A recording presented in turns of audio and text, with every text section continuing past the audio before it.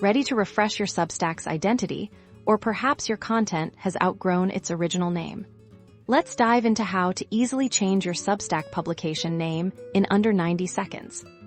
First, you'll need to navigate to your Substack dashboard once logged in.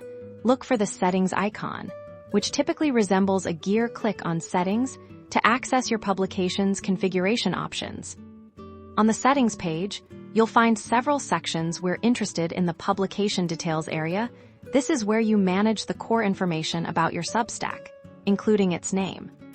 Within the Publication Details section, locate the field labeled Publication Name.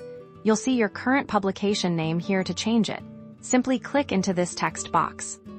Now, erase your old publication name and type in your new, desired title. Take a moment to ensure it accurately reflects your content and brand. This is your chance to make your Substack's title as compelling as your writing.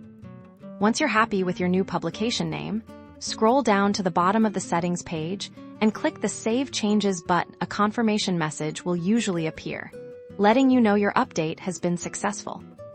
And that's it.